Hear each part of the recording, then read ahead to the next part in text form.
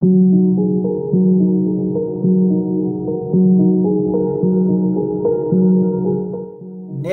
12औं राष्ट्रिय जनगणना 2078 को नतिजा सार्वजनिक भएको छ। आज काठमाडौँमा 12औं राष्ट्रिय जनगणना 2078 को प्रतिवेदन सार्वजनिक गरिएको हो। प्रधानमन्त्री पुष्पकमल दाहालले नेपालको 12औं राष्ट्रिय जनगणना 2078 को नतिजा सार्वजनिक गर्नुभएको छ। अघि पनि हामीले थोरै छलफल गर्यौं। विक्रम सम्वत 1968 सालमा तत्कालीन प्रधानमन्त्री चन्द्रशमशेर राणाको पालामा नेपालमा पहिलो पटक जनगणना सम्पन्न गरियो र यति विशाल नेपालभित्र कतिजना मान्छेहरू बसोबास गर्छन् होला भन्ने सबैजनाको खुल्दुली मेटियो। त्यतिखेर झन्डै 56 लाख नेपालीहरू नेपालको सिमानाभित्र बसोबास गर्छन् भनेर पहिलो पटक हामीले थाहा पायौं। त्योभन्दा पहिले कति नेपालीहरू थिए भन्ने सबै अनुमानमा आधारित थिए। विक्रम सम्वत 1968 सालमा प्रारम्भ गरिएको जनगणनाको प्रक्रिया करिब 10 वर्षमा, कहिलेकाहीँ अलिकति तलमाथि भए तापनि करिब 10 वर्षमा सम्पन्न हुँदै गएर 12औं चरणको राष्ट्रिय जनगणना हामीले विक्रम सम्वत 2078 सालको कार्तिक महिनाको 25 गतेदेखि मङ्सिर महिनाको 9 गतेसम्म सम्पन्न गर्यौं। करिब 15 दिनको अवधि लाएर गणना गर्यौं। कोभिडको कारणले गर्दा यो थोरै विलम्ब भएको हो। अषाढ महिनामा सम्पन्न गर्नुपर्ने जनगणना अलिकति सरेर कार्तिक महिनामा पुगेको हो। कार्तिक महिनाको विक्रम सम्वत 2078 साल मङ्सिर महिनाको 9 गतेको मध्याह्न 12 बजेको, अब यो जनसङ्ख्या यति स्पेसिफिक हुन्छ भन्छन्, भूगोल र समयको ठूलो महत्त्व हुन्छ यसमा। समय घर्किने बित्तिकै जनसङ्ख्याका अवयवहरू जन्म, मृत्यु र बसाइसराईहरू परिवर्तनशील हुने भएको हुनाले समय तोकिनुपर्ने हुँदा मङ्सिर महिनाको 9 गतेको मध्याह्न 12 बजेको समयमा नेपालमा करिब 2,91,64,578 जना मानिसहरू बसोबास गर्छन् भनेर हामीले थाहा पायौं। जुन अघिल्लो दशकको तुलनामा विक्रम सम्वत 2068 सालमा हामीले सम्पन्न गरेको जनगणना भन्दा झन्डै 27 लाखले बढी हो। एक दशकको अवधिमा करिब 27 लाखले नेपालीहरूको जनसङ्ख्या बढ्न गयो र त्यो पूर्ण जनसङ्ख्या मध्ये 2,91,00,000 जनसङ्ख्या मध्ये महिलाहरूको सङ्ख्या पुरुषहरूभन्दा बढी छ। करिब 6,50,000 महिला दिदीबहिनीहरू बढी हुनुहुन्छ नेपालमा अहिलेको जनसङ्ख्याको हिसाब गर्दा। वृद्धि दरको हिसाब गर्ने हो भने हामी विकसित मुलुकहरूको दाँजोमा पुगिसकेको जस्तो अवस्था देखिन्छ। 1% भन्दा पनि कम वृद्धि दर 0.92% प्रति वर्षका दरले नेपालको जनसङ्ख्या वृद्धि भइराखेको छ, जुन अघिल्लो दशकमा 1 भन्दा बढी थियो, 1.35 थियो। भूगोल अनुसारको जनसङ्ख्यामा केही परिवर्तन आएको छ। 20% भन्दा पनि कम क्षेत्रफल ओगट्ने तराईमा 50% भन्दा पनि बढी मानिसहरूको बसोबास छ। झन्डै 54% मानिसहरू तराईमा बसोबास गर्नुहुन्छ, 1,56,00,000 जना। पहाडी क्षेत्रमा करिब 40% जनसङ्ख्याको बसोबास छ भने हिमाली क्षेत्रमा करिब 6%, 17-18 लाख जति मान्छेहरूको मात्रै बसोबास भएका विवरणहरू हामीलाई प्राप्त भएका छन्। अघिल्लो दशकको तुलना गर्ने हो भने हिमालमा यो केही घटेको छ, पहाडमा पनि यो घटेको छ भने तराईमा चाहिँ जनसङ्ख्याको प्रतिशत बढ्न गएको छ। प्रदेश अनुसारको जनसङ्ख्या अघिल्लो जनगणना गर्दा हामीसँग प्रदेशहरू थिएनन्, तर पनि हामीले त्यतिखेरका जिल्लाहरूलाई प्रदेशमा समेटिएको हिसाबमा प्रदेशको जनसङ्ख्याको आकलन गरेका थियौं। यसपालिको जनसङ्ख्याका अनुसार बागमती प्रदेश र मध्य प्रदेशमा जनसङ्ख्याको आकार उस्तै छ, थोरै मात्रै फरक छ। करिब बागमती प्रदेश र मध्य प्रदेशमा करिब 21% जनसङ्ख्याहरूको बसोबास छ भनेदेखि सबैभन्दा कम चाहिँ कर्णाली प्रदेशमा 6% भन्दा पनि कम बसोबास मानिसहरूको भएको छ। 61 लाखको हाराहारीमा ती प्रदेशहरूमा, ठुला प्रदेशहरूमा मान्छेहरूको बसोबास भएको भेटिएको छ। नेपाल सरकारले घोषणा गरेका नगरपालिका र गाउँपालिकाहरूको विवरण अनुसार नगरपालिका भन्नाले 6 वटा महानगरपालिका, 11 वटा उपमहानगरपालिका, 276 वटा नगरपालिका गरेर 293 वटा क्षेत्रहरू भनौँ, प्रशासनिक क्षेत्रहरू, स्थानीय सरकारहरूलाई हामीले नगरपालिका भनेर जोडेका छौँ। विक्रम सम्वत 2068 सालको जनगणना गर्ने समयमा जम्मा 58 वटा नगरपालिकाहरू मात्रै थिए। अहिले हामीसँग 253 वटा नगरपालिकाहरू छन् र जनसङ्ख्याको आकार पनि त्यतिखेरको 17%बाट बढेर झन्डै 2/3 भएको छ। शहरी जनसङ्ख्याको प्रतिशत करिब 2/3 भन्दा पनि बढी देखिन्छ, जहाँ 1,92,00,000 भन्दा बढी मानिसहरूको बसोबास भएको हामीले पाएका छौँ। जनघनत्व अझै पनि 200 जना प्रति वर्ग किलोमिटर भन्दा कम नै रहेको छ, 198 जना प्रति वर्ग किलोमिटर छ। विक्रम सम्वत 2068 सालमा यो 180 मात्रै थियो। तर पनि फेरि तराई, पहाड र हिमालको तुलना गर्यौं भनेदेखि तराईमा झन्डै 460 जना प्रति वर्ग किलोमिटरमा बसोबास गर्नुहुन्छ भने हिमाली क्षेत्रमा चाहिँ 30-35 जना मात्रै छ। प्रदेश अनुसारको जनसङ्ख्या वृद्धि दर र परिवर्तन हेऱ्यौँ भने सबैभन्दा बढी वृद्धि दर गत 10 वर्षको अवधिमा लुम्बिनी प्रदेशमा करिब 14% वृद्धि भएको छ भने गण्डकी प्रदेशको जनसङ्ख्या सबैभन्दा कम प्रतिशतले बढेको छ, 2.61% मात्रै बढेको छ। दोस्रो वार्षिक जनसङ्ख्या वृद्धि दर धेरै हुनेमा हाम्रो मध्य प्रदेश रहेको छ। जिल्ला अनुसारको जनसङ्ख्या वृद्धि अलिकति मिश्रित प्रकारको छ। भक्तपुर जिल्लामा सबैभन्दा बढी जनसङ्ख्या वृद्धि भएको पाइएको छ पछिल्लो दशकमा, झन्डै 3.35% प्रति वर्षका दरले, जबकि राष्ट्रिय औसत 1% भन्दा पनि कम छ भन्ने विषय मैले भर्खरै उल्लेख गरेँ। त्यसपछि तराईका जिल्लाहरू रूपन्देही, चितवन, बाँके, झापामा अत्यधिक जनसङ्ख्या वृद्धि भएको छ भने मूलतः पहाडी र हिमाली जिल्लाहरू रामेछाप, खोटाङ, मनाङ, भोजपुर, तेह्रथुम जस्ता जिल्लाहरूमा अघिल्लो दशकको तुलनामा अलि धेरै जनसङ्ख्या घटेको छ।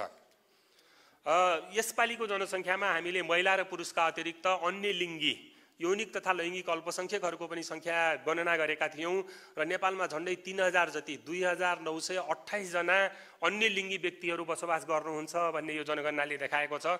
प्रकाशित विवरणहरू मध्येको यो अन्य लिङ्गीहरूको विवरण पहिलो हो राष्ट्रिय तथ्याङ्क कार्यालयले प्रकाशन गरेको, जसमध्ये सबभन्दा धेरै चाहिँ बागमती प्रदेशमा बसोबास गरिराखेको भेटिन्छ। झन्डै 1/3 चाहिँ बागमती प्रदेशमा बस्नु भएको छ। यसपालि हामीले घरको गणना पनि गरेका थियौँ, व्यक्तिको मात्रै गणना नगरेर परिवारको गणना र घरको पनि गणना गरेका थियौँ। नेपालभरिमा करिब 75,52,000वटा घरहरू भेटिएका छन्। ती 75 लाख घरहरूमध्ये झन्डै 54 लाख घरहरू आवासीय प्रयोजनमा प्रयोग भएको छ, 2,33,000वटा घरहरू व्यापारिक प्रयोजनमा प्रयोग भएको छ, करिब 28,000 जति सरकारी घरहरू छन्, 84,000 जति शिक्षण संस्थाहरू छन्, त्यस्तै गरेर स्वास्थ्य संस्थाहरू छन्, उद्योग कल कारखानाहरू छन्, संस्थागत छन्, होटेल लजहरू छन् र केही खाली घरहरू पनि छन्। झन्डै 6% जति चाहिँ कोही पनि केही प्रयोगमा नआएका खाली घरहरू पनि भेटिएका छन् यो जनगणनाको अवधिमा। परिवारको औसत आकार निरन्तर घट्दो छ। अघिल्लो दशकमा करिब 5 रहेको परिवारको औसत आकार 4 भन्दा थोरै बढी छ, 4.37 छ। यी अङ्कहरूले चाहिँ हामी एकात्मक परिवारतर्फ अग्रसर भइराखेका छौँ कि भन्ने देखाउँछ। परिवारमा बाबुआमा छोराछोरी मात्रै बस्ने खालको विवरण देखिन्छ। त्यसमा पनि भौगोलिक क्षेत्र अनुसारको विभेद देखिन्छ। फेरि कुनै क्षेत्रमा अलिकति बढी छ भनेदेखि मध्य प्रदेशमा अलिकति बढी 5 जना भन्दा पनि बढी परिवार सङ्ख्या छ भने गण्डकी प्रदेशमा सबैभन्दा कम 4 जना भन्दा पनि कम जनसङ्ख्या देखिन्छ। परिवार मूलीहरू त्यो 75 लाख घर परिवारमध्ये करिब 66,66,000 परिवारहरू रहेका र त्यसमध्ये झन्डै 21 लाख परिवार मूलीहरू महिला रहेका छन्। राज्यले अङ्गीकार गरेको महिला समावेशीकरण, महिला सशक्तिकरणको प्रभाव साँच्चीकै देखिएको हो कि भन्ने विवरणहरू यी तथ्याङ्कहरूले देखाउँछन्। झन्डै 31% भन्दा पनि बढी परिवारहरूको मूली अहिले महिला मूलीको रूपमा हुनुहुन्छ, जुन 10 वर्षभन्दा अगाडि करिब 25% मात्रै थियो।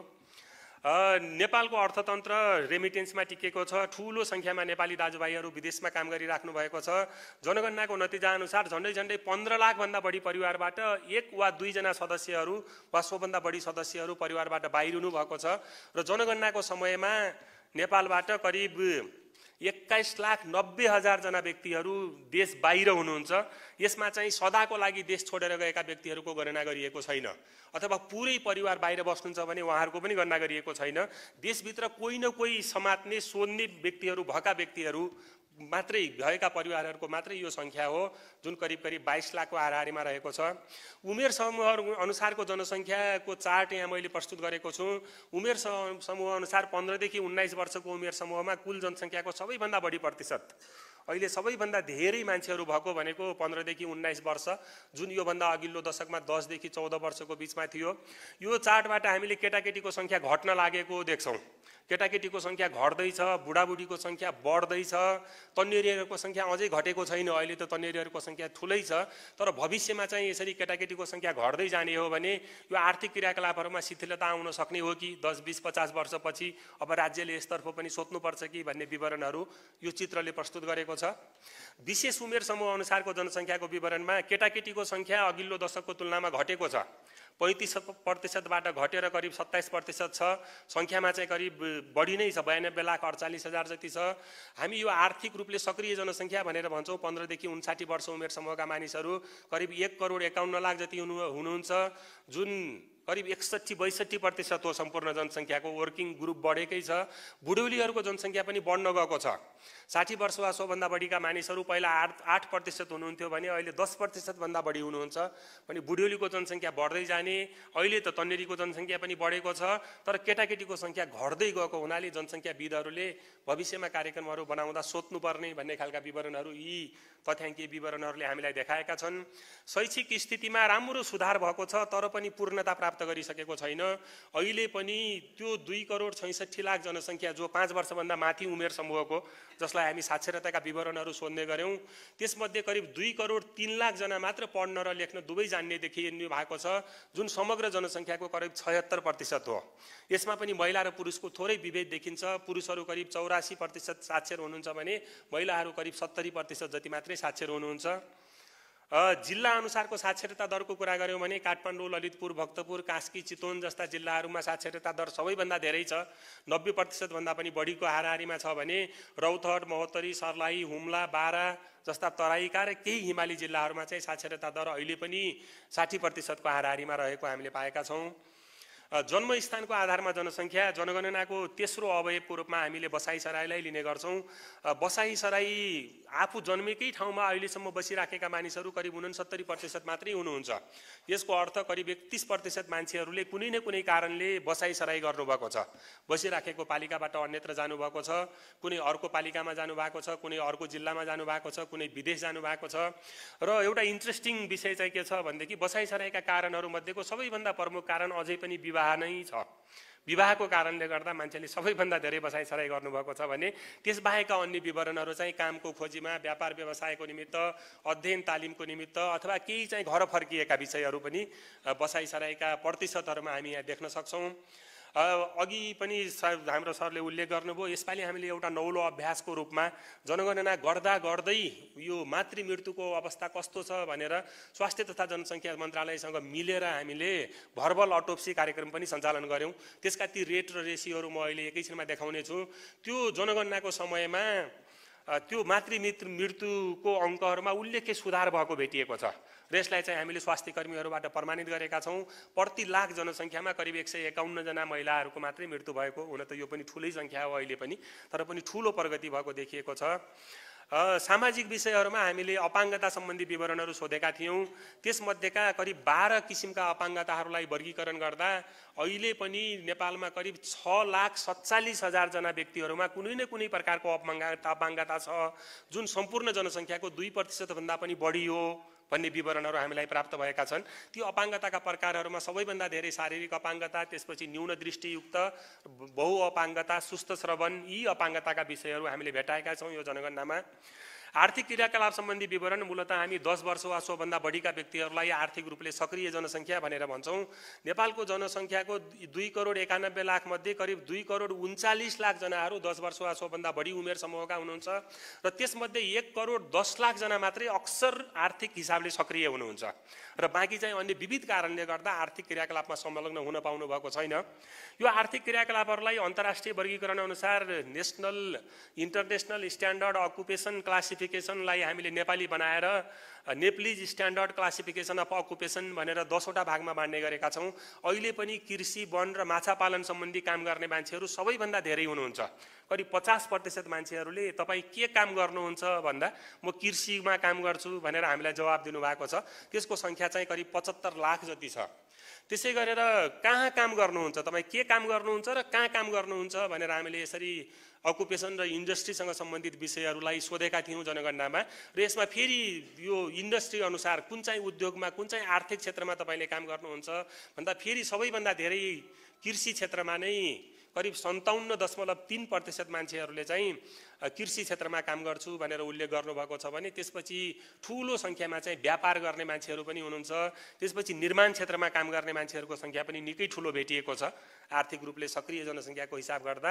र धेरै मान्छेहरूले काम नगरेर पनि बस्नु भएको छ। त्यो काम नगर्नका कारणहरू के हुन् त भन्दा अहिले पनि काम नगर्नको सबैभन्दा ठुलो कारण चाहिँ विद्यार्थी।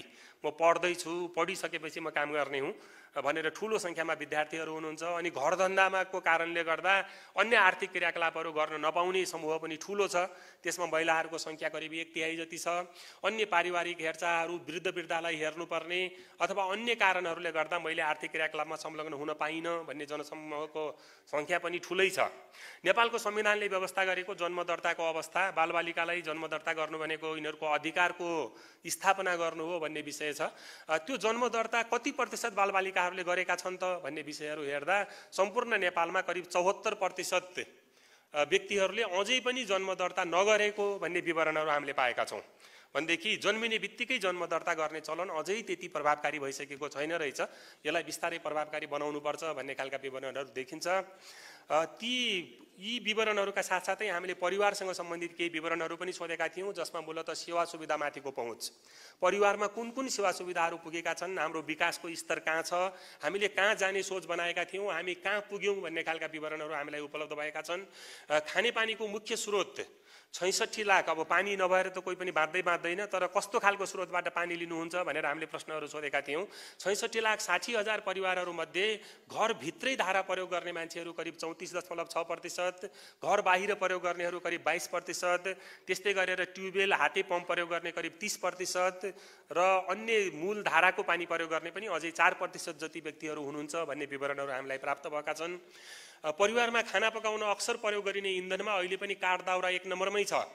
त्यसपछि कर्मैसँग एलपी ग्यास, त्यसपछि गुइठा, बायोग्यास, बिजुली, यसरी खाना पकाउन प्रयोग गरिने ग्यासका विवरणहरू पनि हामीले परिवारमा गएर सोधेका थियौँ र आधाभन्दा बढीले अहिले पनि दाउरा अथवा अन्य विभिन्न काठजन्य वस्तुहरूमा नै खाना पकाउने भन्नुभएको छ।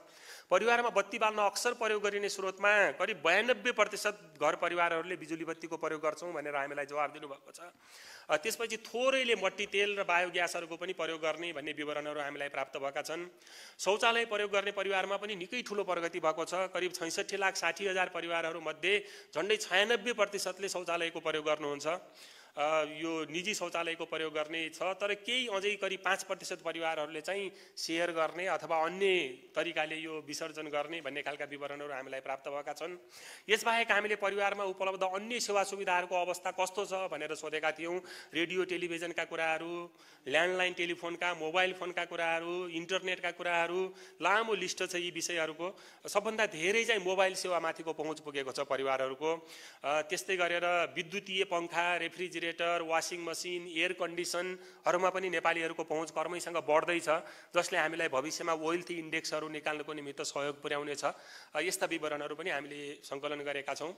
महिलाहरूको जमिनमाथिको स्वामित्व कति छ भन्ने विषय जहिले पनि बहसको विषय हो। संयुक्त राष्ट्रसङ्घले अङ्गीकार गरेका एसडिजीका इन्डिकेटरहरूमा पनि यसलाई प्राथमिकताको सूचकको रूपमा राखिएको छ र जनगणनाको नतिजा अनुसार जम्मा परिवारको करिब 12% परिवारमा महिलाको नाममा घर र जग्गा दुवै रहेको छ।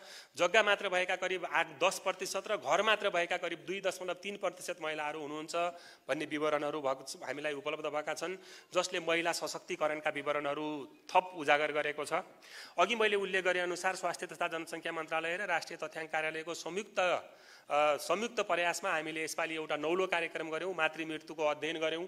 नेपालमा मातृ मृत्यु भनेको अलिकति भयावह अवस्थामा थियो, यसको प्रगति कति पुग्यो भन्नको निमित्त हामीले जनगणनामा खटिएका गणकहरूले परिवारमा 15 देखि 49 वर्षको उमेर समूहमा कुनै महिलाको मृत्यु भएको रहेछ भनेदेखि स्वास्थ्य कर्मीहरूलाई खबर गर्ने र स्वास्थ्य मन्त्रालयले तोकिएका स्वास्थ्य कर्मीहरूलाई त्यो ठाउँमा पठाएर त्यसको भर्बल अटोप्सी गर्ने, के कारणले गर्दा मृत्यु भएको हो भनेर भर्बल अटोप्सी गर्ने। त्यो गरिसकेपछि कतिजना महिलाहरूको मृत्यु भयो त भन्दा हामीले भेट्टाएका 653 जना गर्भावस्थासँग सम्बन्धित मृत्युमध्ये 622 जना चाहिँ प्रसुतिजन्य रोगकै कारणले गर्दा त्यो जनगणनाको वर्षमा मृत्यु भएको हो। जुन रेसियोको कुरा गर्दा जीवित जन्म 1 लाखमा करिब 151 जना महिलाहरूको मृत्यु भएको भन्ने विवरण हामीले भेट्टाएका छौँ। त्यसको प्रदेशगत विवरणहरू यहाँ उपलब्ध गराइएको छ। कर्णालीमा, लुम्बिनीमा अहिले पनि अवस्था भयावह छ भने बागमती लगायत अन्य प्रदेशहरूमा चाहिँ यसमा निकै सुधार भएको भन्ने विवरणहरू हामीलाई प्राप्त भएको छ। र मृत्यु हुँदाको अवस्थामा कहाँ मृत्यु भयो त भन्दा सुत्केरी अवस्थामा करिब 61% को मृत्यु भएको छ, गर्भावस्थामा करिब 33% को मृत्यु भएको छ र 6% को करिब प्रसव अवस्थामा मृत्यु भएको छ। र यसमा एउटा उल्लेख्य विषय चाहिँ के छ भनेदेखि स्वास्थ्य संस्थामा पुग्दै पनि करिब 57% को मृत्यु भएको छ। यो स्वास्थ्य संस्थामा सुविधाहरू नभएको कारणले गर्दा अथवा अन्य विविध कारणले हुन सक्छ। घरमै करिब 26% को र 17% को चाहिँ बाटोमा मृत्यु भएको भन्ने खालका विवरणहरू हामीलाई उपलब्ध भएका छन्। र मातृमृत्युका प्रत्यक्ष कारणहरूमा चाहिँ गैर प्रसुतिजन्य जटिलता, प्रसुतिको बेलामा हुने उच्च रक्तस्राव, त्यस्तै गरेर अन्य गर्भावस्थासँग सम्बन्धित विषयहरू र केही आत्महत्याका विषयहरू र अन्य कम्प्लिकेसनहरूका विषयहरू पनि हामीलाई देखिएको छ। यी संक्षिप्त नतिजाहरूका विस्तृत विवरणहरू सम्माननीय प्रधानमन्त्रीज्यूले सार्वजनिक गर्नुभएको पुस्तकमा छँदैछन्। यति कुराहरू राख्दै र थप प्रतिवेदनहरू राष्ट्रिय तथ्याङ्क कार्यालयले कर्मशः प्रकाशन गर्नेछ भन्ने प्रतिबद्धता व्यक्त गर्दै म आफ्नो भनाइ यही टुङ्ग्याउँछु। धन्यवाद। धन्यवाद कार्यक्रम सञ्चालकलाई। कार्यक्रमका अध्यक्ष महोदय, योजना आयोगका मान्य उपाध्यक्ष र ड्यासमा रहनुभएका सबै विशिष्ट अतिथि महानुभावहरू, मान्य सदस्यहरू र कार्यक्रममा उपस्थित सम्पूर्ण विशिष्ट महानुभावहरू, पत्रकार मित्रहरू, नेपालमा विक्रम सम्वत 1968बाट सुरु भई 10-10 वर्षमा सञ्चालन गरिँदै आएको राष्ट्रिय जनगणनाको 12औं श्रृङ्खला अन्तर्गत गत वर्षको कार्तिक मङ्सिर महिनामा सम्पन्न भएको राष्ट्रिय जनगणना 2078 को राष्ट्रिय प्रतिवेदन आज सार्वजनिक गर्न पाउँदा मलाई विशेष खुसी र गर्वको महसुस भएको छ। नेपालको सन्दर्भमा जनगणना देशकै आर्थिक सामाजिक स्वरूपको यथार्थ स्थिति प्रस्तुत गर्ने एक महत्त्वपूर्ण तथा बृहत तथ्याङ्कीय कार्य हो। यसले जनसाङ्ख्यिक, शैक्षिक, आर्थिक, मानवीय तथा विविध क्षेत्रका तथ्याङ्क यकिन गर्नुका साथै आगामी 10 वर्षसम्मका लागि तथ्याङ्कको आधार समेत सृजना गर्दछ र गरेको छ। यसबाट प्राप्त तथ्याङ्कले नेपालको संविधानमा रहेका समाजवाद उन्मुख समावेशी विकास र मौलिक हक अधिकारको कार्यान्वयन र मूल्याङ्कन गर्न सहज हुने विश्वास मैले लिएको छु। जनगणनाको तथ्याङ्कबाट 15औं योजनाको समीक्षा तथा 16औं योजना तर्जुमाको अवधारणा पत्र तयार गर्न पनि आवश्यक आधारभूत तथ्याङ्कको आधार प्राप्त हुनेछ।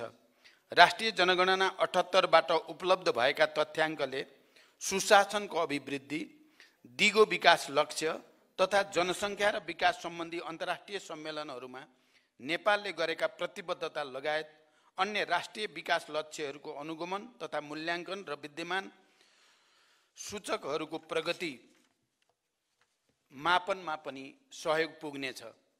सङ्घीय व्यवस्था अनुसार सङ्घ, प्रदेश र स्थानीय तहहरूलाई नीति, योजना र कार्यक्रम तयार गर्दा तथ्यमा आधारित निर्णय गर्न पनि थप आधार प्राप्त हुनेछ। प्राप्त नतिजा समग्रमा हेर्दा कम उमेरका व्यक्तिहरूको सङ्ख्या क्रमशः घटेको, बढी उमेरका व्यक्तिहरूको सङ्ख्या क्रमशः बढेको देखिएको छ।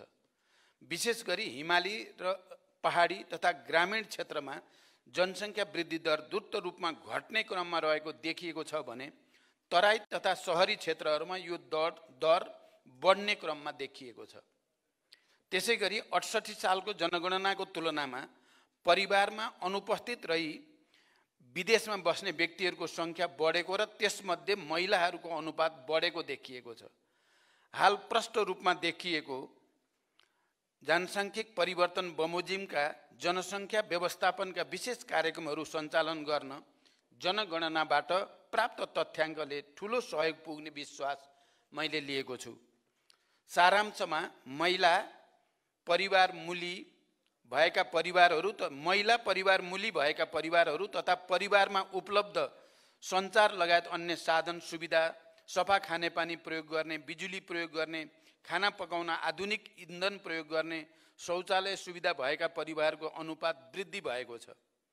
साक्षरता दर 66%बाट बढेर करिब 76% पुगेको देखिएको छ। तर धेरैजसो सूचकहरूमा ग्रामीण र सहरी क्षेत्रका बीचमा असमानता कायमै देखिएको छ, जसलाई सम्बोधन गरी नेपालमा विद्यमान असन्तुलित बसाइसरालाई व्यवस्थित गर्नुपर्ने देखिन्छ। जनसङ्ख्या तथ्याङ्क नेपालको तथ्याङ्क प्रणालीको एक अभिन्न अङ्ग हो। यो लगायत सङ्घ, प्रदेश र स्थानीय तहमा उत्पादन हुने सबै विषयका तथ्याङ्कको गुणस्तर अभिवृद्धि गरी नियमित रूपमा तथ्याङ्कको आपूर्ति हुने व्यवस्था मिलाउन जरुरी देखेको छु। तसर्थ तथ्याङ्क प्रणालीको सुदृढीकरण तथा एकीकृत तथ्याङ्क पद्धतिको निर्माण गर्ने उद्देश्यले हालसालै जारी भएको तथ्याङ्क ऐन 2079 को कार्यान्वयनलाई नेपाल सरकारले उच्च प्राथमिकतामा राखेको कुरा पनि म यहाँ जानकारी गराउन चाहन्छु। कोभिड-19 महामारीले भयावह रूप लिएको अवस्थामा रोकिएको यो जनगणना प्रस्तावित समयभन्दा 5 महिना ढिलो गरी सम्पन्न हुन सक्यो। कोभिडको प्रभाव पूर्णतः समाप्त भइ नसकेको अवस्थामा जनगणना सञ्चालन गर्नु साँच्चै नै एउटा चुनौतीपूर्ण काम थियो नै।